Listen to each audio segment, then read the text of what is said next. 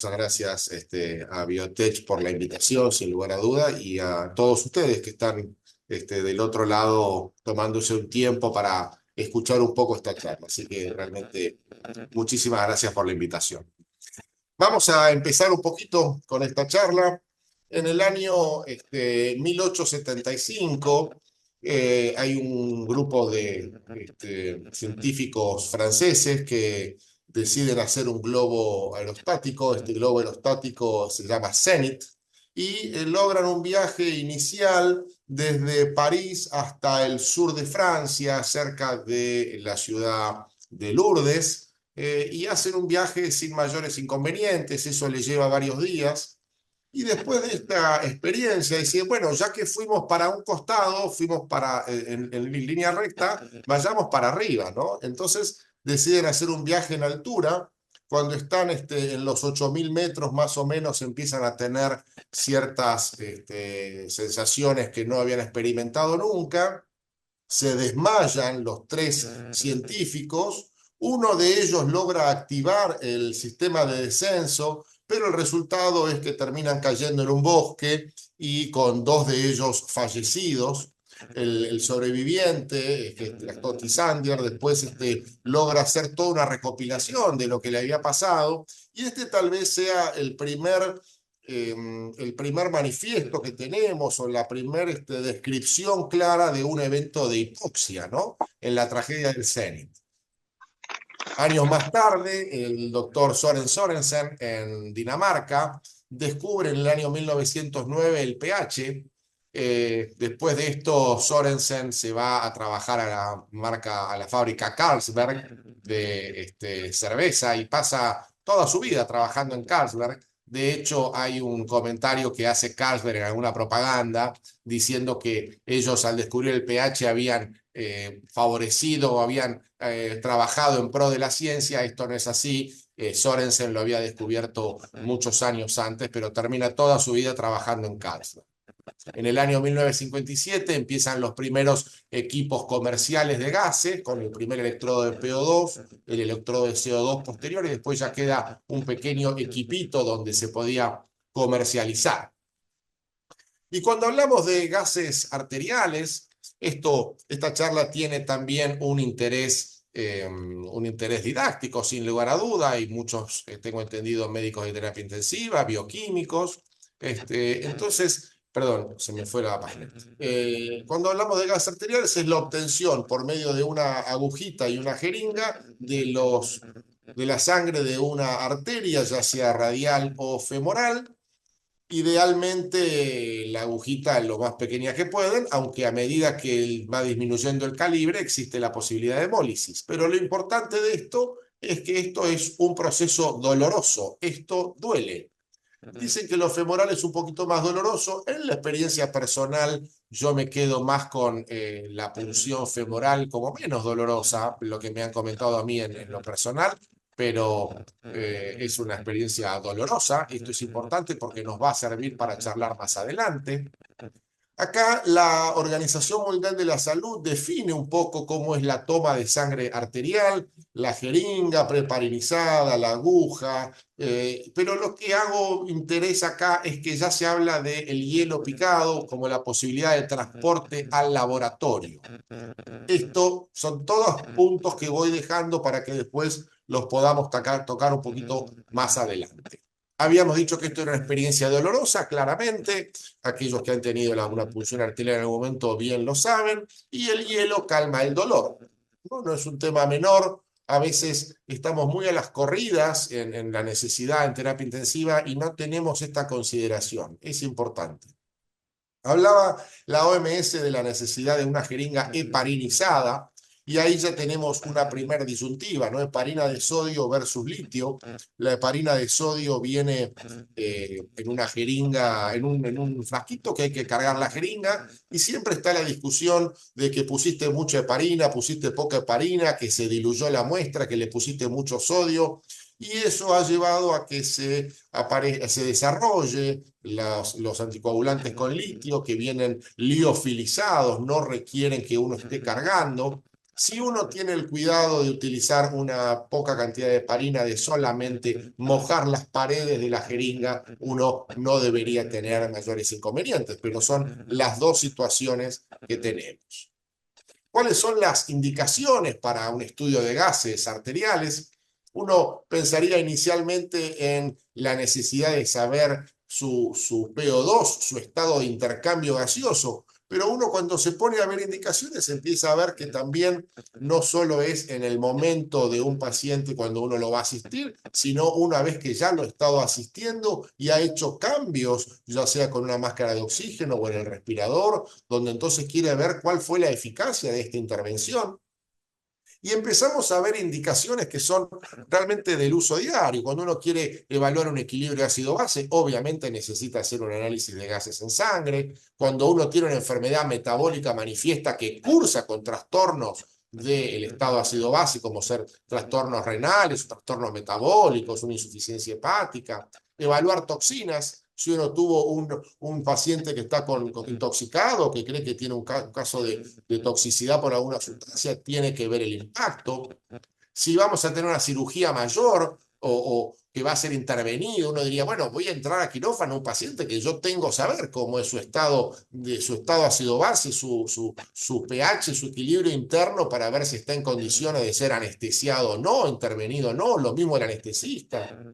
Si hay un vuelo sanitario. Esto empecé a plantear cuáles eran las indicaciones y me iban apareciendo más, ¿no? El vuelo sanitario, un paciente que tiene una enfermedad respiratoria que yo lo voy a llevar a un vuelo sanitario, no voy a esperar tener la tragedia del Zenit, obviamente, pero en un vuelo sanitario saber qué riesgo tengo yo de que ese paciente esté en una situación donde hay una menor fracción inspirada de oxígeno, en un nacimiento, en un paciente que tiene un paro cardiorrespiratorio. ¿Cuántas veces hemos hecho laboratorios ahí en el momento de un paro cardiorrespiratorio para saber cómo venía haciendo esa reanimación? Es decir, indicaciones para el estudio de gases cada vez hay más sin lugar a duda.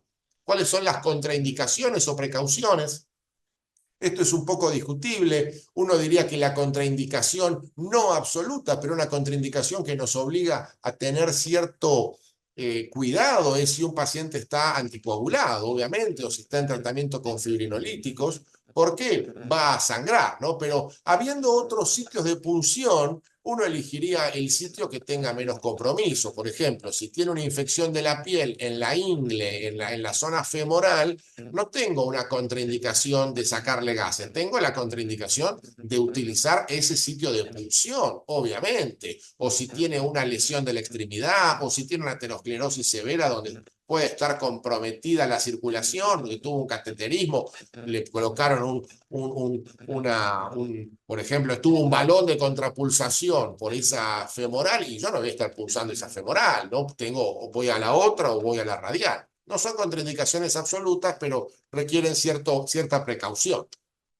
¿Cuáles son las complicaciones? Esto es muy interesante, porque acá hay una complicación que es el hematoma del sitio.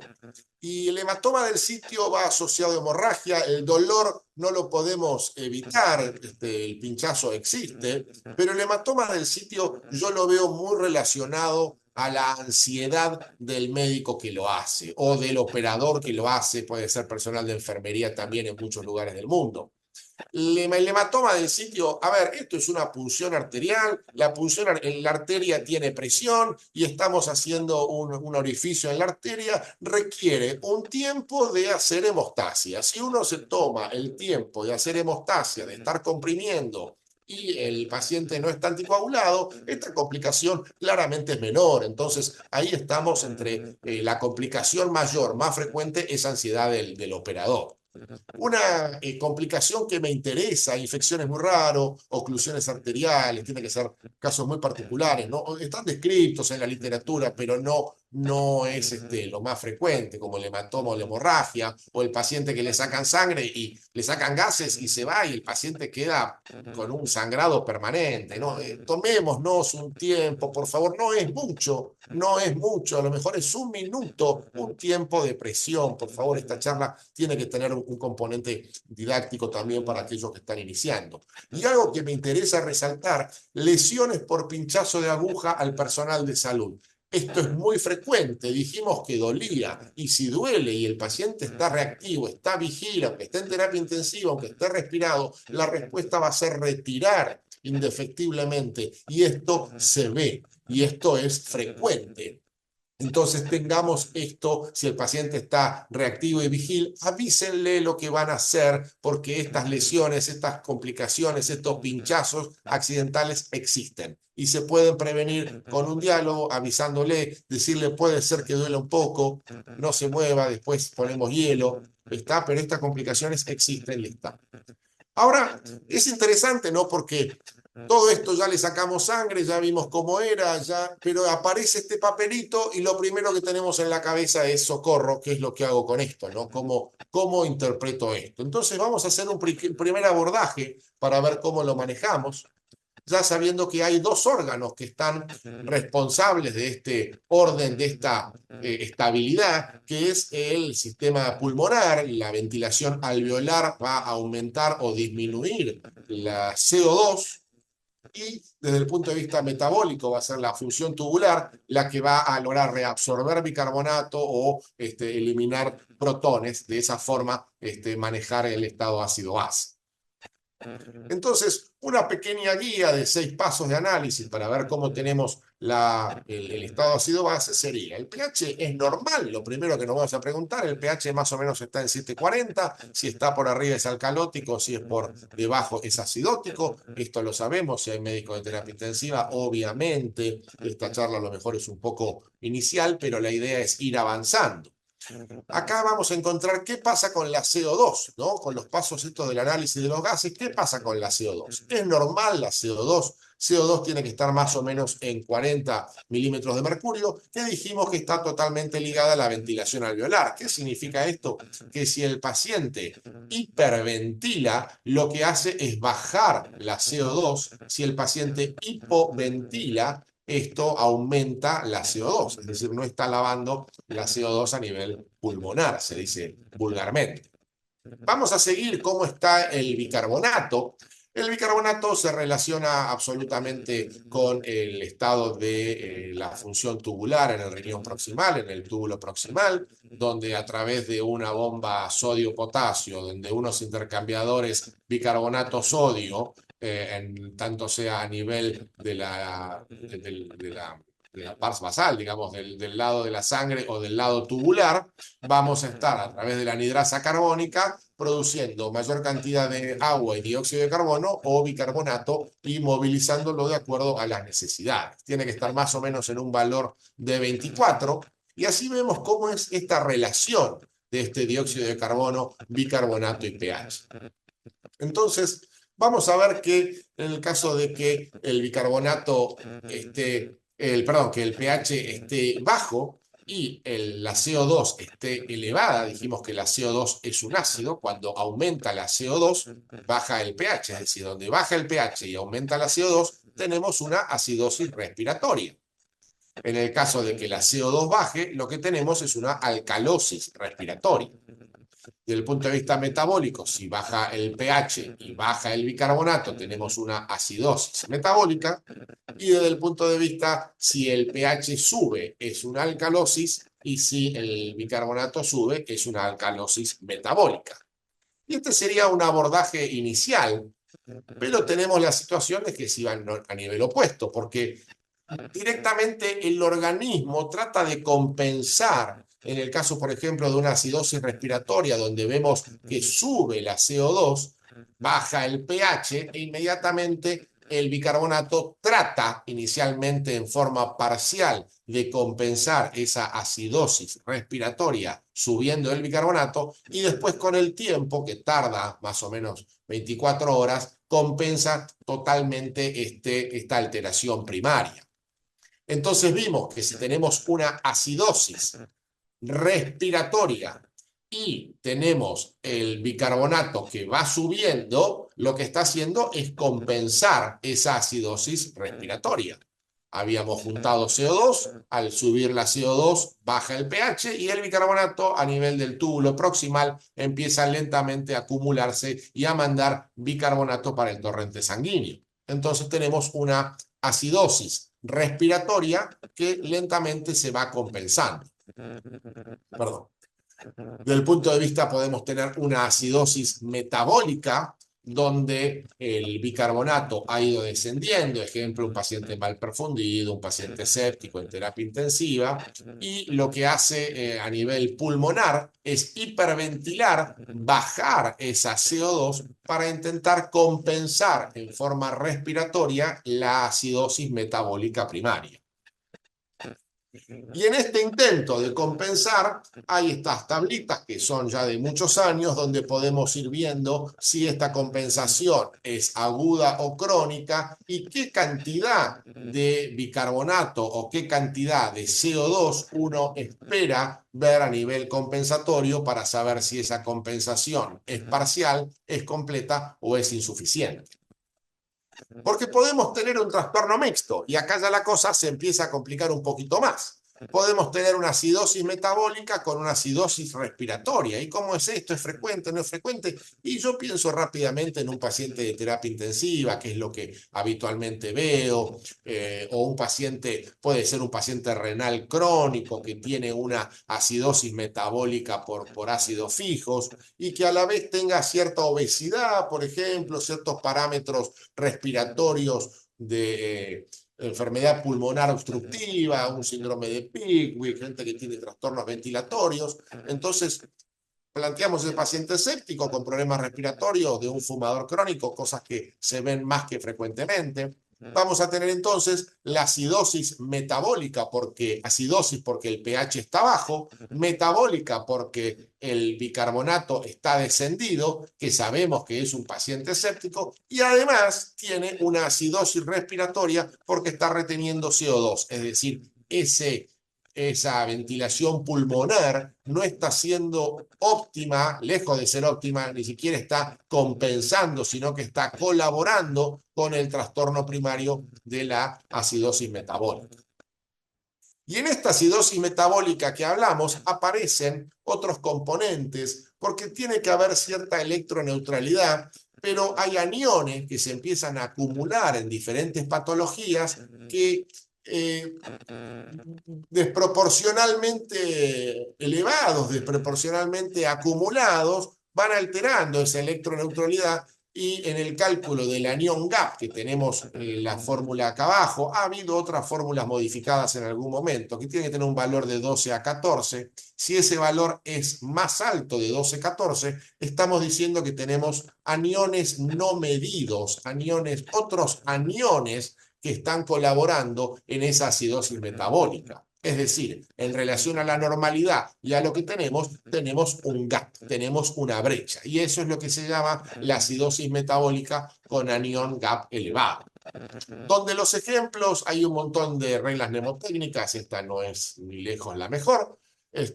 Son diferentes aniones que se han acumulado en diferentes situaciones, los glicoles, el etilenglicol y el propilenglicol. Esto es una intoxicación frecuente cuando utilizan refrigerantes de la industria automotriz. Un metabolito del paracetamol, en las intoxicaciones con paracetamol también sucede, la acidosis metabólica de la intoxicación con paracetamol es con GAP elevado.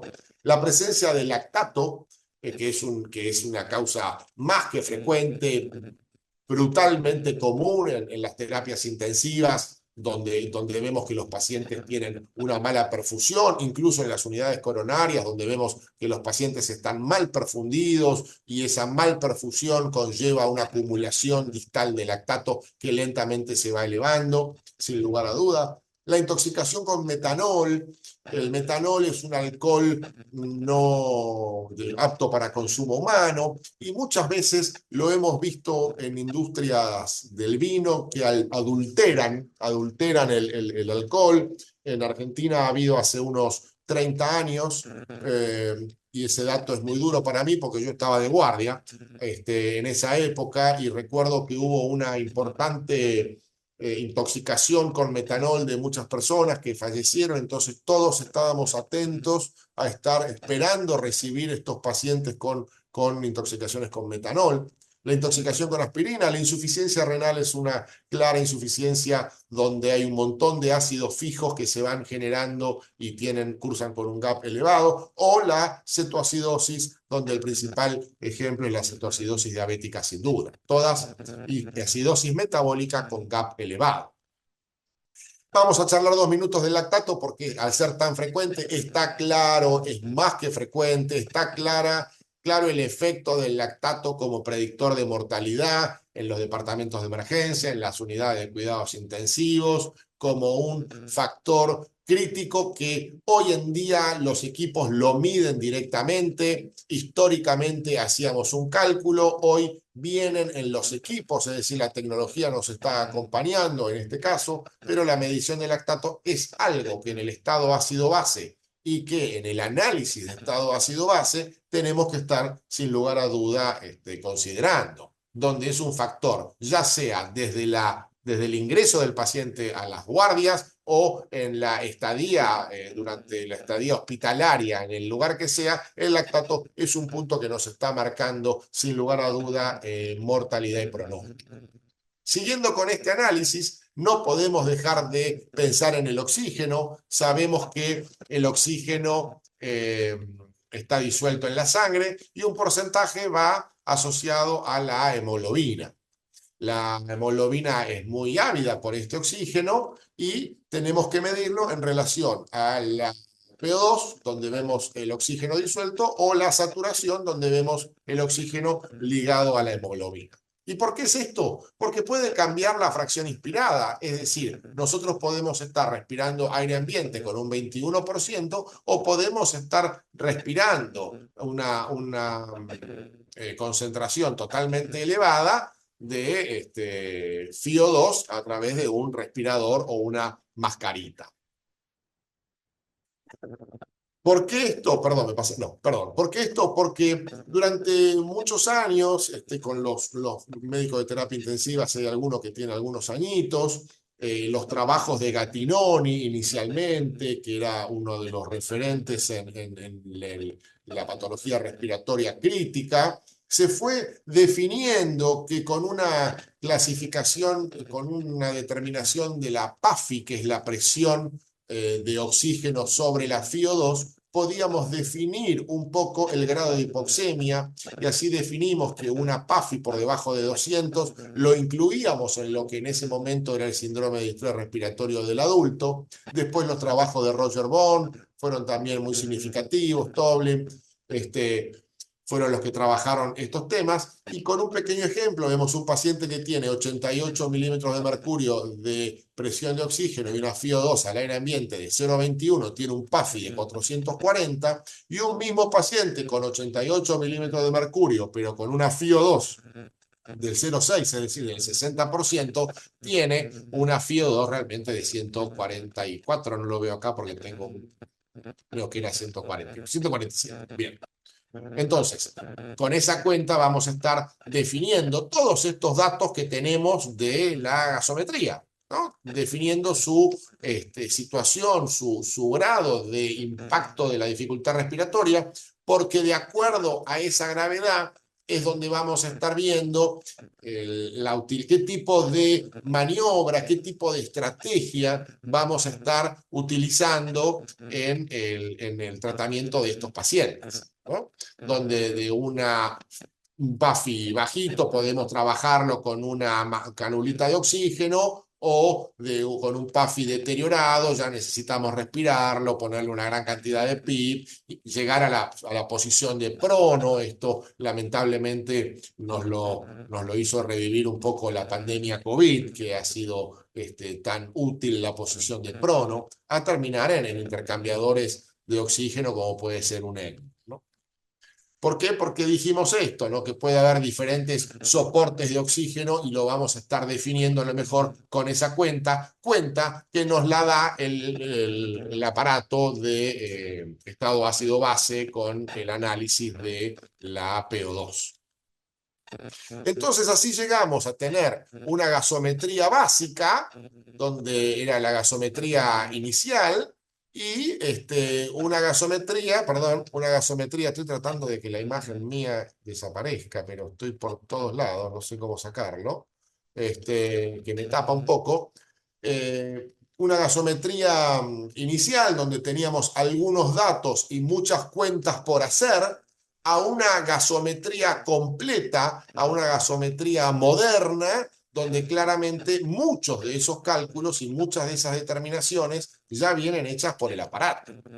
Y así que con tantas determinaciones empezamos a trabajar un poquito más. Entonces ya dejamos de medir solamente sangre y a lo mejor vemos qué pasa con la orina y vemos cómo está la relación del sodio urinario, del cloro urinario para poder definir las pérdidas renales. Entonces empezamos a ver otros gaps, otras brechas entre los metabolitos o los electrolitos urinarios, o podemos hacer también otros gaps en sangre para definir un poco esa acidosis, si es metabólica, hiperclorémica, láctica, y sirve también para el seguimiento. Entonces, ya no nos estamos limitando a solamente la determinación que viene en la tirita del análisis de gases, sino que nos permite, por medio de otros cálculos, tener una aproximación mucho más fidedigna. Tan es así que terminamos en la utilización de sangre venosa central y ya nos terminamos metiendo en algo que a los terapistas durante muchos años nos llevó las horas de sueño, trabajar lo que era el consumo de oxígeno, la disponibilidad de oxígeno y de esa forma bien el gasto cardíaco, que durante muchos años lo teníamos que hacer con catéteres de Swan-Ganz. Después fuimos trabajando la parte gasométrica. Hoy tenemos equipos que nos están diciendo el gasto cardíaco en forma permanente, Vigileo y esos equipos que nos permiten ver permanentemente y la modificación del índice cardíaco y el volumen minuto.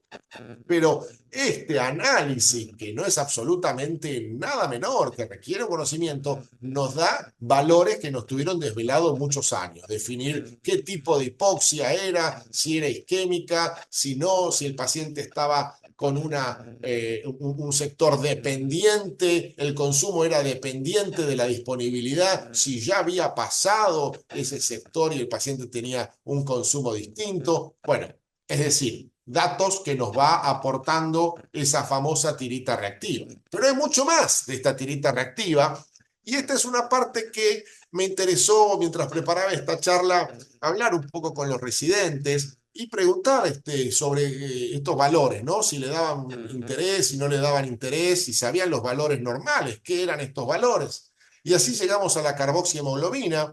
Lamentablemente la carboxihemoglobina es algo que los terapistas muchas veces conocemos y los médicos de guardia también. Es la unión del monóxido de carbono, del cual sabemos que se une ávidamente a la hemoglobina, y de esa unión el paciente obviamente termina con una hipoxia. Esta generación de monóxido de carbono está muy relacionado a métodos precarios de calefacción en el invierno, donde la situación económica social no colabora. Entonces, esa intoxicación de monóxido que todos hemos visto, acá aparecen una ligera estadística que podemos ver, una estadística del cual a lo mejor no estoy del todo de acuerdo, pero es una estadística que nos dice que puede haber en Argentina 40.000 casos de intoxicación por monóxido y 200 personas fallecidas. Lo interesante de esto es que el 83% de estas intoxicaciones fue el criterio clínico el que definió que el paciente estaba intoxicado y solamente el 11% llegó a tener una confirmación de laboratorio. Es decir, muy bien por aquellos médicos que lograron atender estos pacientes, pero la verdad que tener solamente un 11% de confirmación de una patología, de una toxicidad, de una intoxicación que claramente lleva a la muerte y a secuelas, sin lugar a duda, y solo en el 11% podemos definirlo, a mí me parece un poco poco.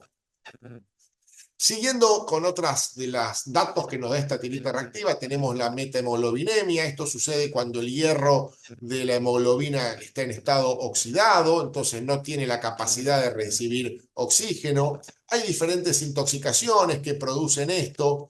Hay una intoxicación que es interesante. Yo trabajo en en un hospital muy relacionado a la fuerza, a la policía federal. Y lamentablemente tenemos muchas veces los bomberos que concurren luego de estar en un siniestro, de estar en un incendio con metahemoglobinemia. Entonces es un valor al cual realmente le damos importancia en estos casos. Pero viendo esta charla, recordé un episodio que tuve en mi infancia, en mi casa. Había una persona que hacía algunas tareas de limpieza y en un momento estaba trabajando con eh, un producto de amoníaco para limpiar el baño y tenía en la cocina una rejilla, un trapo que había estado desinfectando luego del uso, la había dejado con lavandina. No recuerdo el motivo, pero ella tira la lavandina en el inodoro que había tenido amoníaco e inmediatamente empieza con una reacción. Yo era chico, no les puedo dar toda la sintomatología. Sí recuerdo la escena en mi casa de que esta persona estaba acostada en la cama, que no podía respirar, que llegó a emergencias, que fue todo una movilización, y hoy veo que fue una metahemoglobinemia aguda, sin lugar a duda.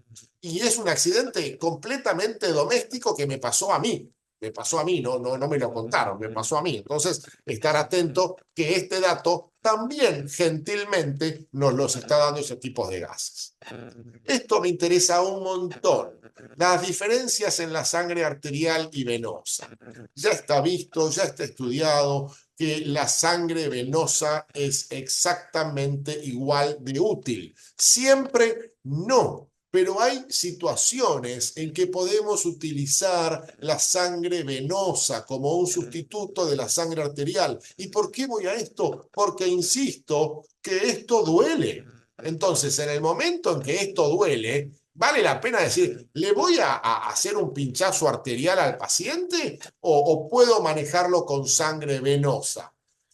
Estimulo claramente a médicos jóvenes a empezar a introducir el concepto de la utilidad de la sangre venosa, no solo como una sangre venosa central para hacer lo que dijimos recién, los gaps o las diferencias de saturación venosa de oxígeno, venosa arterial de oxígeno. Se puede utilizar de monitoreo, se puede utilizar de seguimiento y para casos específicos utilizar la sangre arterial. Duele y los pacientes que están mucho tiempo internados terminan con hematomas, se facilitan muchas veces a nivel femoral los pseudoaneurismas. Entonces, si podemos empezar a meter este concepto de que la sangre arterial y venosa puede ser utilizado donde hay un montón de cálculos que podemos utilizar si queremos incluso para aproximarnos a esa sangre arterial. Realmente yo a veces he tenido algún pinchazo, se los voy a agradecer realmente, porque duele y si podemos evitar esas complicaciones de las que hablamos en el inicio, estimulo a las generaciones venideras a nacer tan arteriopunzantes y colaborar un poco en la vasculatura de los pacientes. Y acá voy a cambiar un poquito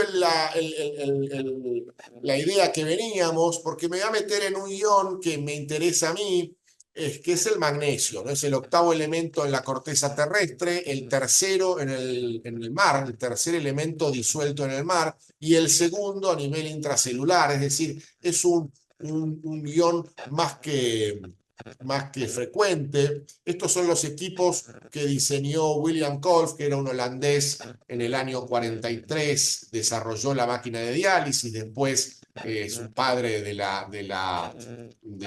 los equipos de la medicina artificial, porque trabajó también en el desarrollo del corazón artificial.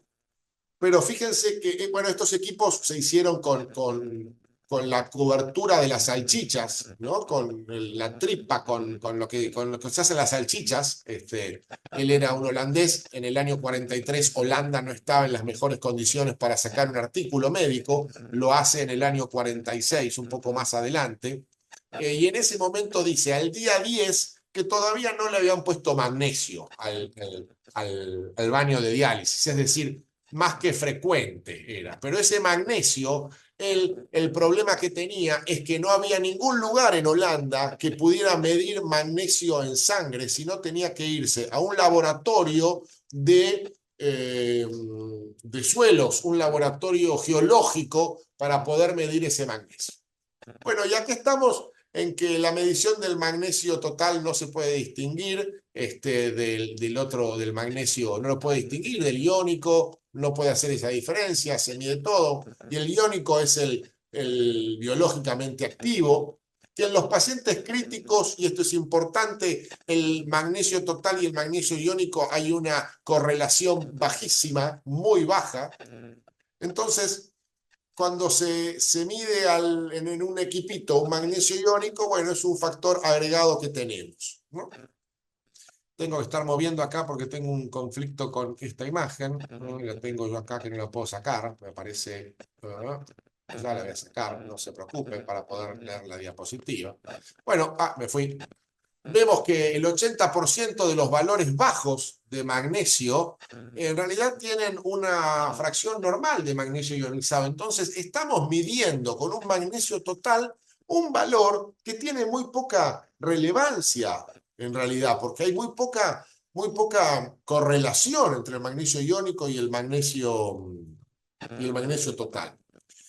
Y llegan a plantear incluso en este trabajito del 2020 que la detección poco frecuente del magnesio iónico está relacionado a que no se ponen de acuerdo en cuáles son los valores de corte, ¿no? Cuáles son los valores realmente, no tanto un tema de costos, sino a la dificultad para decir cuál es el valor que necesitamos buscar, donde el costo no es tan importante.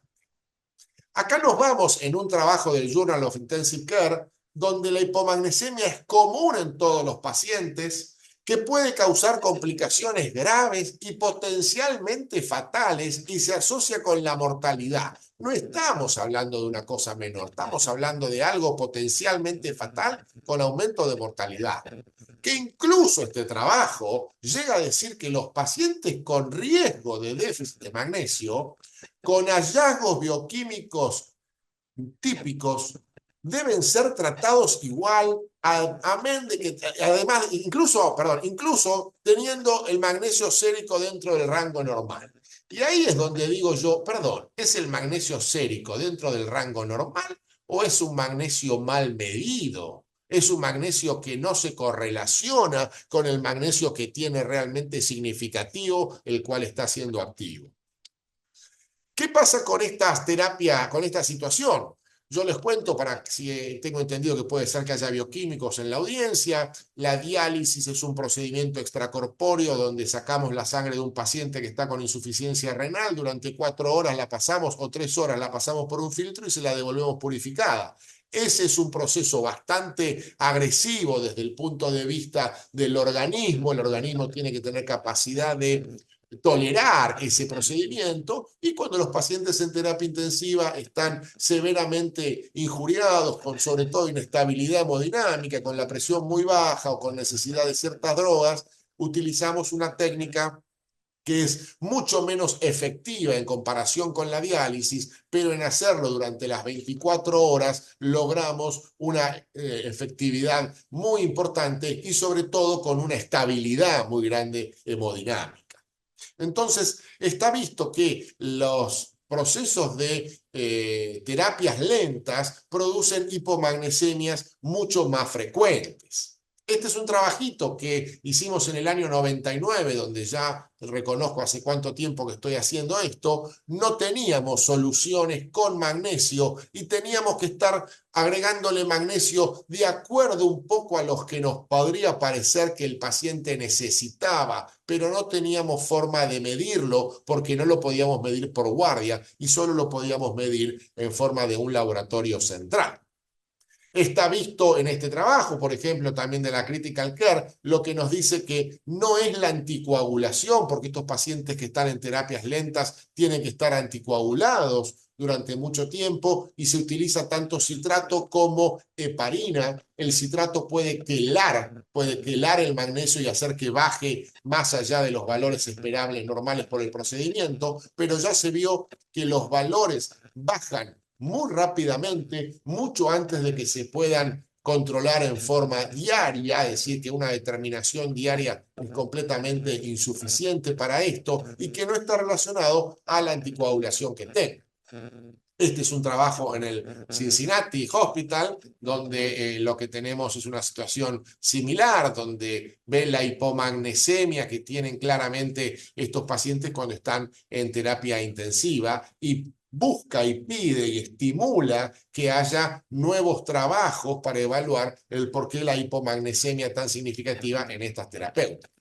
Vemos acá lo mismo, que no quiero extenderme tanto, la diferencia que hay cuando utilizamos el magnesio iónico o cuando utilizamos un magnesio total, donde claramente fue el magnesio iónico el que pudo discriminar realmente la hipomagnesemia y la necesidad de suplementación. Y acá hago otro salto a una patología donde muchos sabemos y tenemos relacionado al magnesio. Voy a dar un segundo a la hora para no extender tanto. Entonces, no puedo ver la hora. Bien. La preeclampsia, que es una patología propia del embarazo en el último trimestre del embarazo, es una situación vascular severa, de daño endotelial, de un origen medio desconocido, que se relaciona al daño renal, proteinuria, hipertensión y posibilidades de convulsiones. Obviamente con mortalidad materna y mortalidad infantil también, mortalidad fetal. Este es el estudio más importante que se ha hecho hasta ahora, que es el MACPI Trial, con 10.141 pacientes en 33 países, donde yo quiero hacer una pequeña aclaración. Está claro que se reduce a la mitad el riesgo de eclampsia y muerte materna, pero hicieron dos ramas, una rama terapéutica con 5.000 pacientes con magnesio y otra rama con placebo, y se vio que los que tenían magnesio tenían un 24% efectos adversos. ¿Y a quién le habían medido el magnesio? A ninguno, ni al placebo ni a los que habían recibido sulfato de magnesio. Me voy a meter en un ratito con ese trabajo. Acá es interesante, hablando de preeclampsia, cómo a través de un cálculo de la fracción del magnesio logran hacer un score de riesgo de preeclampsia. Es muy interesante esto porque siempre estamos pensando si tenemos mayor o menor riesgo porque tenemos que definir incluso muchas veces la finalización de un embarazo. Y este es el trabajo del 2021, este es la guía de la Sociedad de Hipertensión en Embarazo, de que esta última guía, donde se dice que las mujeres de preeclampsia, en su nota 28, dice que las mujeres con eclampsia deben recibir sulfato de magnesio en una recomendación fuerte, segura, sin dudas. En el punto 29 dice que las mujeres con preeclampsia que presentan proteinuria e hipertensión con signos o síntomas neurológicos deben recibir magnesio. Perfecto, hasta acá está claro y existe evidencia clara de que el magnesio disminuye la recurrencia de eclampsia y la morbimortalidad materno-fetal. Pero, y este soy yo el que empieza a meter un poco la cucharita, dice que acá en amarillo, el monitoreo del magnesio no es necesario, salvo que tenga falla renal o signos de toxicidad. Esto me pasó hace 15 días. Había una chica hipertensa previa, no era una preeclampsia, era una hipertensa previa, al que le habían puesto magnesio porque la gente de obstetricia decidió ponerle magnesio. Entonces le finalizan el embarazo con una cesárea y la pasan a terapia intensiva para el control postquirúrgico. Cuando la voy a ver, la chica estaba completa y absolutamente refléctica, no tenía un reflejo. Entonces le dije, ¿hicimos algún control de magnesio? No, nosotros no hacemos control de magnesio, posiblemente amparados en esta guía del 2021, recomendaciones internacionales. Nosotros no medimos magnesio. Bueno, perfecto. Obviamente, pudimos manejar la situación, pero el tema es que la intoxicación con magnesio, un signo es la hiporreflexia, la arreflexia, y termina en paro respiratorio. Entonces ahí vuelvo al estudio McPiggy, que lo tomé previamente, y digo, yo le estoy poniendo a una paciente una medicación que tiene riesgo de complicaciones en un 24%, como viene este estudio de 10.000 pacientes. A ese paciente que le estoy poniendo un medicamento que tiene efectos adversos, que los efectos adversos pueden llegar incluso a un paro respiratorio, estoy decidiendo que no lo mida. Ahí no me cierra. ¿Por qué? Porque las complicaciones legales existen, porque las complicaciones de los pacientes existen, y dijimos que el costo de la determinación de un magnesio iónico es menor, y que el problema era que no nos poníamos de acuerdo. Bueno, entonces, yo entiendo que a lo mejor esta reglamentación busca estimular en lugares dificultosos, en donde haya una clínica de preeclampsismo, estimular a que le pongan magnesio sin miedo, pero no en otros lugares donde podemos medirlo. Entonces acá mis ojos realmente se abrieron como este pequeño slide. No estoy tan de acuerdo. Y acá vamos a otra parte de la charla que a mí me resulta muy interesante, que es este concepto, ¿no? Que cuando viene el papelito de los gases, uno piensa que ese papelito con los resultados es una verdad revelada, ¿no? Es decir, es el mismo Zeus que, personificado en equipo de gases, nos está mandando una verdad absoluta y nosotros, mortales, debemos aceptar. Y no.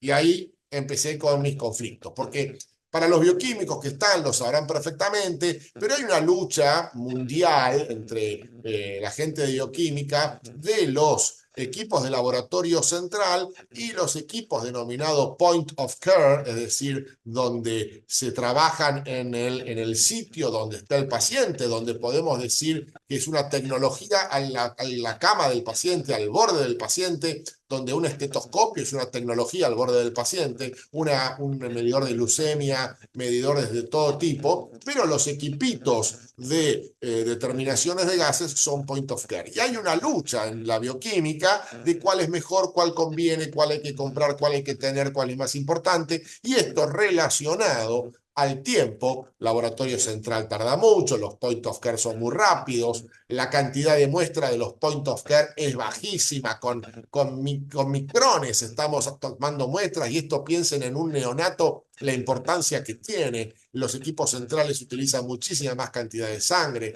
El transporte, acá uno toma la muestra y enseguida va a hacer la determinación, mientras que el otro tiene que llevar la muestra y a lo mejor tiene que juntar 10 muestras de la unidad de terapia intensiva para llevarlas, y ya tenemos un conflicto con los tiempos. Los costos, los point of care tienen determinaciones más costosas.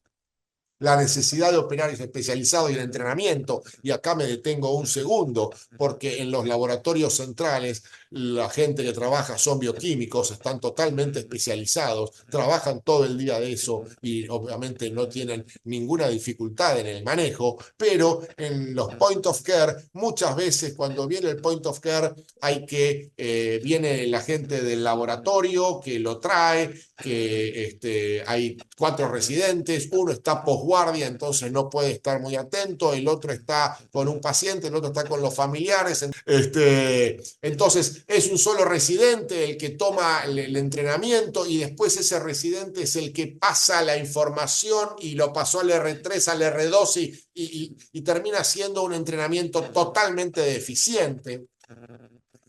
Y siguiendo con la tecnología, la conectividad entre estos equipos, la posibilidad de personificar, de personalizar, uno pone los datos en los point of care y puede hacer cálculos, puede relacionar la inteligencia artificial.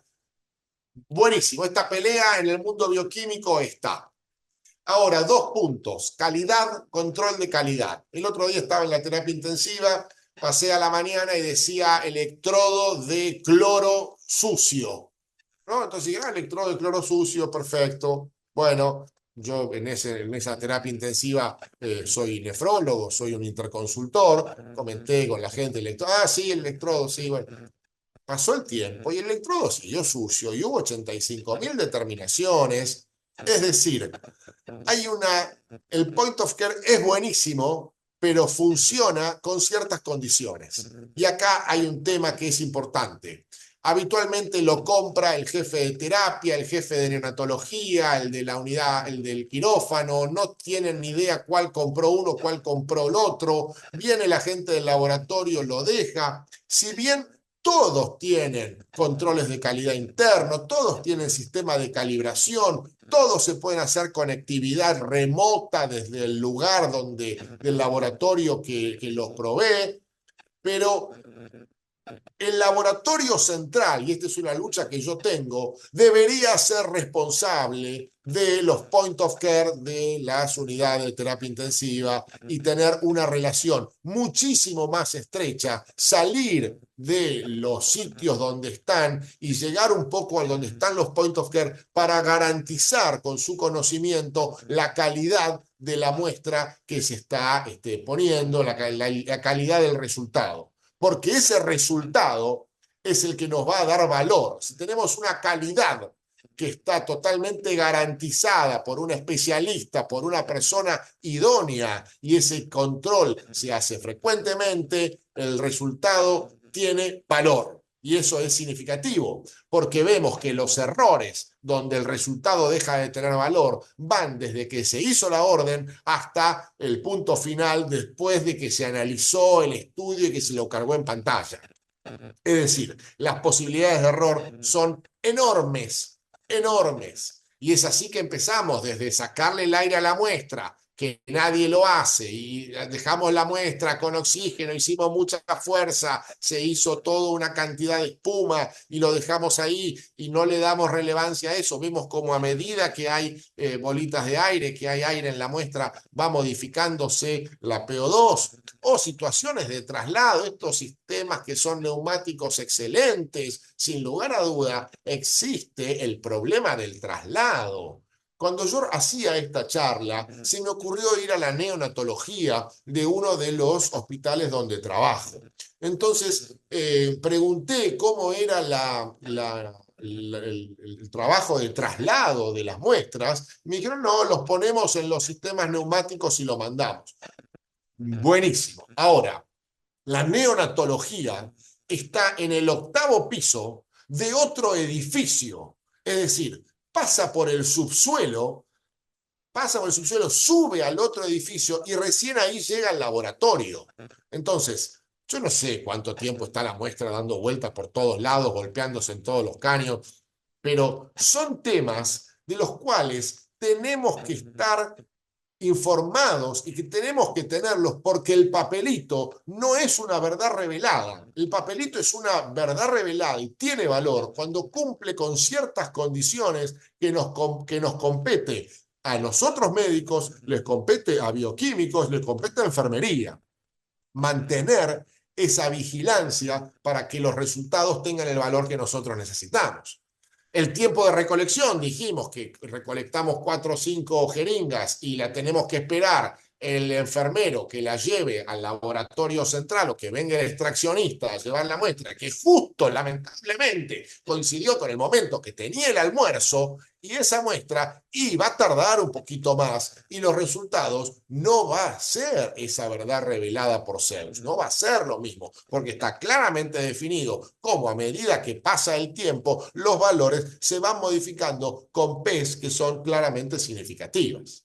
Lo mismo pasa en gases de cordón, han hecho todo tipo de trabajos desde el tiempo, en el lactato, en los gases, en la PO2. No cabe la menor duda que cambian, en los 15 minutos tenemos diferencia. Estamos hablando de un neonato donde cada mililitro de sangre cuenta, sin lugar a duda.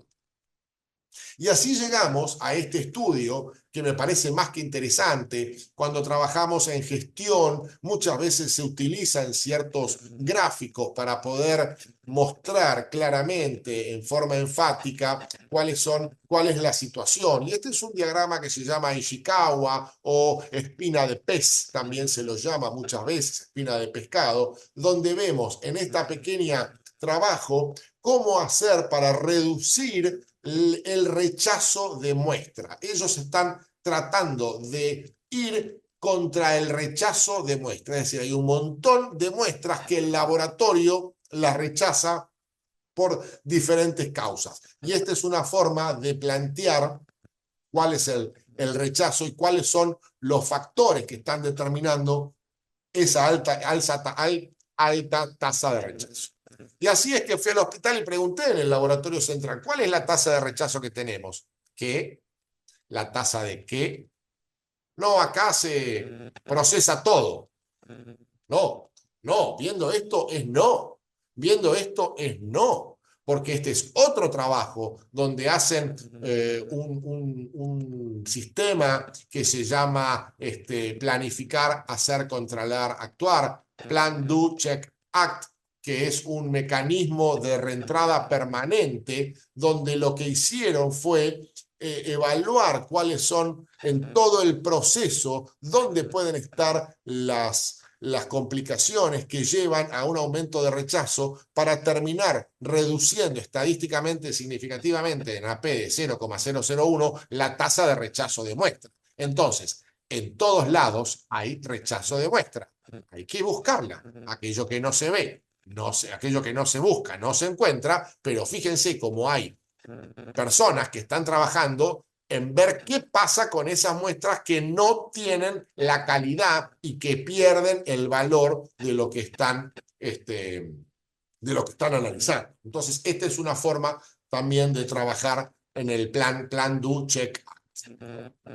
Este es interesantísimo, es un modelo que está totalmente trabajado. Esto salió de James Reason, es lo que se llama el modelo del queso Gruyère, este trabajo él lo hizo sobre todo en la industria aeronáutica, donde lo que hacía era plantear que cada proceso tiene un mecanismo de seguridad para evitar errores, ¿no? Es un modelo para analizar, poder prevenir los errores. Entonces, lo que dice es que para que en un avión sonó esta perillita, bueno, pero esta perillita, este sonido suena si yo lo que tengo que hacer es controlar que pase esto, y si pasa esto, tengo que controlar que pase esto. Es decir, hay un montón de procesos en los cuales, para que haya un error, tienen que estar, lo dice Reason, es alineados todos los errores, los desperfectos, las irregularidades del proceso para que haya un error. Entonces, de esa forma se disminuye muchísimo los accidentes, ¿no? Y nosotros vemos que a nivel preanalítico, cuando uno desde que el momento en que decide sacarle gases, pasan millones de cosas, desde el equipo, desde el traslado, desde la forma, desde la temperatura, desde la burbuja, suceden un millón de cosas, y sí, los orificios de nuestro queso van a ser enormes. Entonces, la posibilidad de errores van a ser descomunales, sin lugar a duda. Entonces, la idea es plantear que el objetivo sea siempre el paciente junto al médico, con una tecnología que esté al servicio de este objetivo, con el profesional bioquímico y la enfermería participando en todas las etapas de un desarrollo de laboratorio, de un estudio de laboratorio. Acá puse la silla de Vincent con pipa, que es una silla autobiográfica incluso, se plantea, porque hay participantes de esta realidad, que es, por ejemplo, el bioquímico, donde ha perdido, sin lugar a duda, la participación a la hora de tomar decisiones. Cuando yo empecé la carrera de terapia intensiva y después la carrera de nefrología, en el laboratorio había bioquímicos en el servicio, había un estar donde había bioquímicos y tenía un laboratorio propio, el servicio de nefrología también. Después se han ido concentrando todos en los laboratorios centrales y el bioquímico quedó ahí agarrado por ejemplo, esta relación con los point of care la perdemos, la calidad, ese control la perdemos. Entonces, la importancia de no dejar esta silla vacía y poder formar un equipo de trabajo.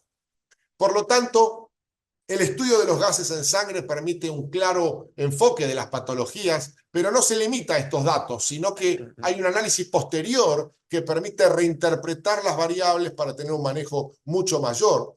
Este desarrollo tecnológico permite sumar nuevos elementos al análisis, como el magnesio iónico y su importancia. Este magnesio iónico permite el entendimiento y manejo de complejas situaciones y estimulo a que haya el trabajo sobre otras enfermedades.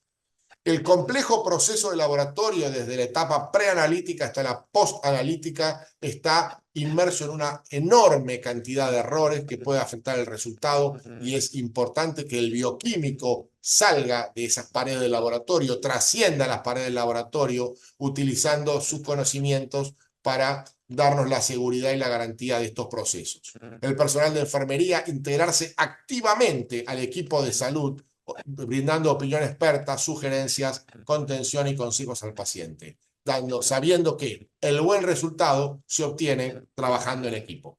Muchas gracias. Muchas gracias, doctor, por tan interesante exposición, súper completa, de verdad que muy enriquecedora.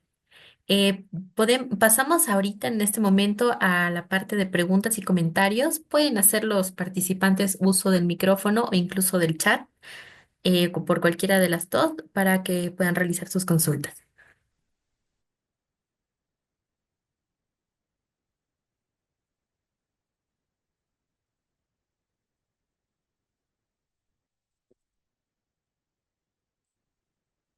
He dejado a todos mudos.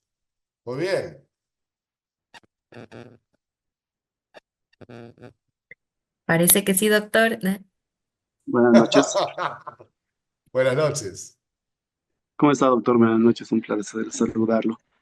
Bueno, mi consulta es la Igual. siguiente. ¿Qué papel o qué rol juega la presión atmosférica? Usted sabe que en Bolivia vivimos en diferentes regiones geográficas, tanto en zonas de llano, de baja altura y lugares donde estamos a más de 4.000 metros sobre el nivel del mar. Al hablar de gases, bueno, sabemos que la presión atmosférica va a jugar un papel. Quisiera conocer su opinión al respecto, por favor, doctor.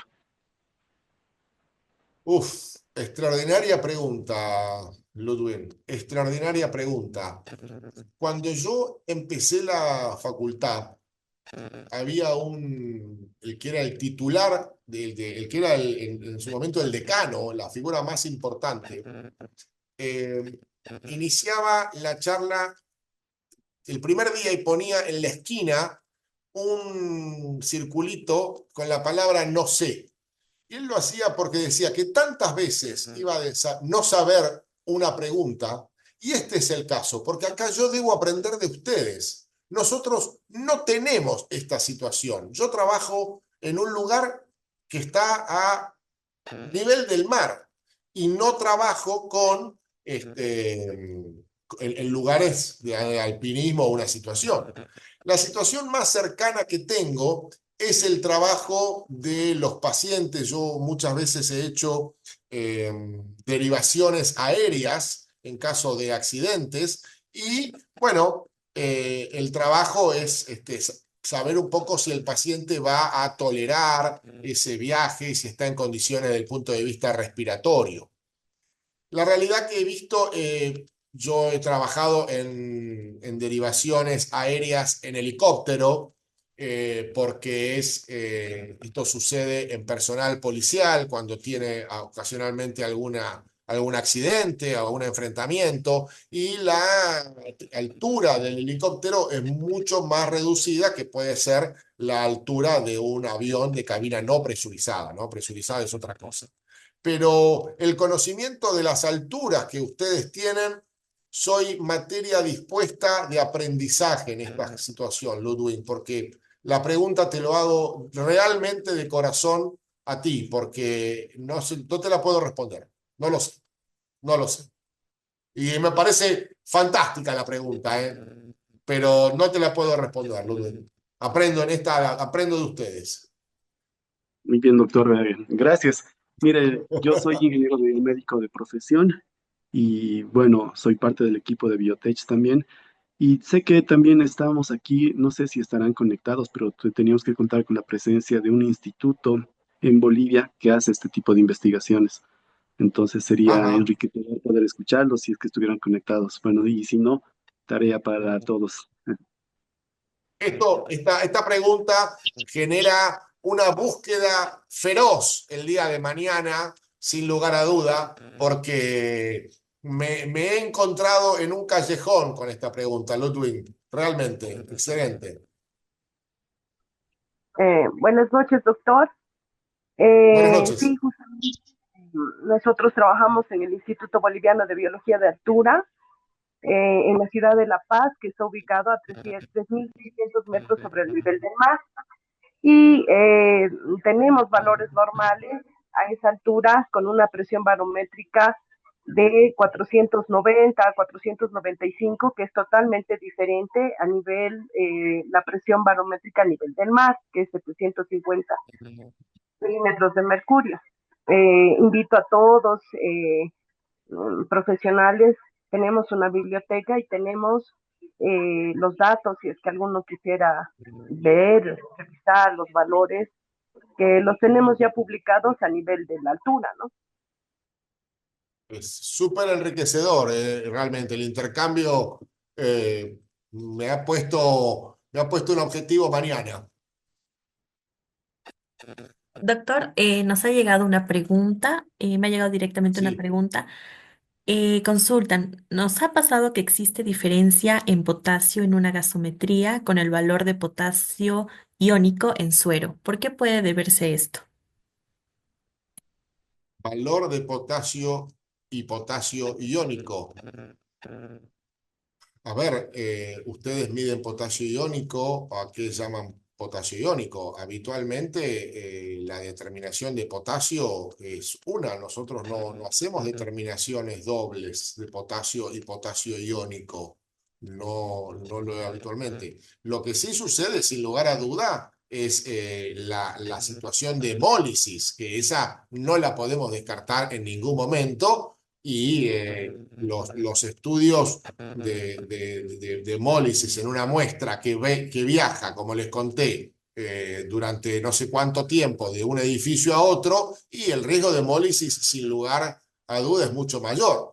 Y a veces los laboratorios centrales informan de que tiene hemólisis y otras veces no. Entonces ahí está el planteo que siempre he dicho cuando hago una charla de hipocalemia o hipercalemia, la necesidad de confirmar los valores cuando uno trabaja sobre todo en potasio. Piense que además que en potasio tenemos las posibilidades de ver las repercusiones electrocardiográficas, es decir, hay algunas otras situaciones que nos permite apoyarnos un poco en el diagnóstico, pero lo que les diría, el consejo es confirmen aquellos laboratorios donde el potasio esté por allá de los límites, porque no siempre se informa y donde hemos visto innumerable cantidad de situaciones que dan valores erróneos. Entonces, si tenés un valor más allá de lo normal, toma una nueva muestra, confirmalo, porque no siempre te van a informar un cuadro de hemólisis. Ahora, potasio iónico, habitualmente no tengo experiencia. ¿O a qué llama potasio iónico? Perfecto. Hay otra consulta en el chat, doctor. Bueno, la doctora Canchari quiere saber si afectaría a la gasometría arterial o venosa el absorber aire en la jeringa y recién hacer la lectura en el equipo. Absorber aire. A ver, había hace muchos años un médico en el 1700 que era Paracelso, que fue un padre de la medicina. Paracelso decía que la dosis hace al veneno, es decir, que todo dependía de la cantidad. Un zapallo hace mal, no, dos tampoco, 500 a uno lo matan.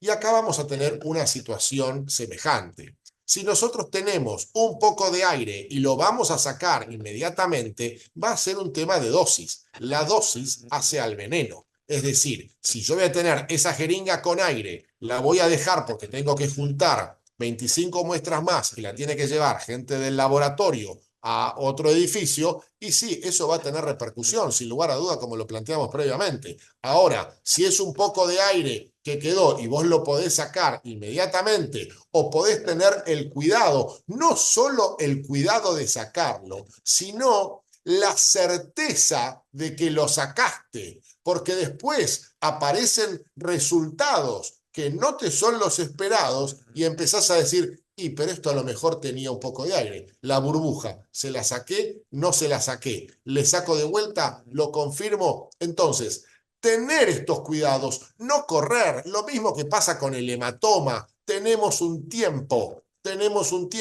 la mayoría de las veces, estamos hablando de un paro cardíaco, bueno, son situaciones muy límites, ¿no? Pero podemos tener un tiempo para apretar, podemos tener un tiempo para sacar el aire, podemos tener un tiempo para ingresar los datos en el equipo de gases, porque el ingreso de los datos nos permite después sacar tendencias, nos permite anticiparnos a las situaciones que van a tener los pacientes porque podemos verlos en el tiempo. No se cargan los datos, siempre es cama 1, cama 3, cama 4, cambian los pacientes y no tenemos ninguna idea de datos. Esos datos después son extrapolables en planillas, esos datos después nos pueden servir para trabajos. Tomarnos el tiempo de que esa calidad busque tener un valor completamente fehaciente, un valor que valga la redundancia. Perfecto. Bueno, Tenemos otra consulta. ¿Cuánto tiempo puede esperar una muestra para ser procesada con confianza? Bueno, vuelvo a lo mismo. En la charla había varios gráficos del tiempo, sin lugar a duda, y había un gráfico muy interesante que se había hecho en cordón, que mostraba yo en cordón en neonatos, donde cómo se modificaba en relación al tiempo diferentes sustancias. Entonces, mi búsqueda no sería cuánto tiempo aguanta esta muestra, sino mi búsqueda sería cuánto más rápido la puedo llevar, ¿no? Porque si no voy a estar especulando y quedó 10 y entonces la dejo 12 minutos y con 12 anduvo más o menos comparando más o menos igual. No, ya sabemos que se modifica. Es 8, es 10, es 15 minutos, es 20. Lo que tiene que llevarse es que el concepto, es que el tiempo importa. Llevarse la idea de que la muestra tiene que tener calidad desde la preanalítica, la analítica, para que tenga valor. Entonces, ¿son 10 minutos? ¿Son 12? No, es decirle, mira, saqué una muestra de gases, la dejo ahí y espero que venga la enfermera, o llamo a la enfermera o llamo a la persona que traslada la muestra, si no tengo un equipo en la terapia intensiva, y le digo, mira, ya está así, dame un segundo que saco los gases. Y de esa forma me estoy asegurando que la muestra vaya. Soy yo que espero a la persona del traslado, no la muestra que espera a la persona del traslado, porque tengo el concepto de que el tiempo importa.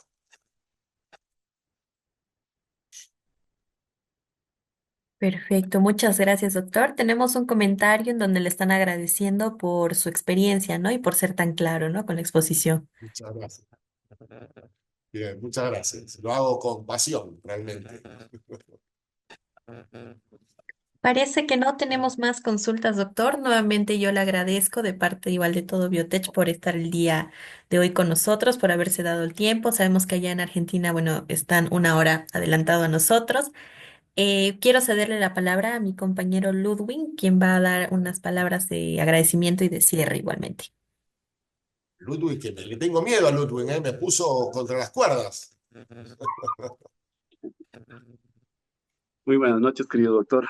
Bueno, primero agradecerle a usted, doctor, por su predisposición, su experiencia y la enseñanza que impartió hoy día. Agradecer también a todos los participantes.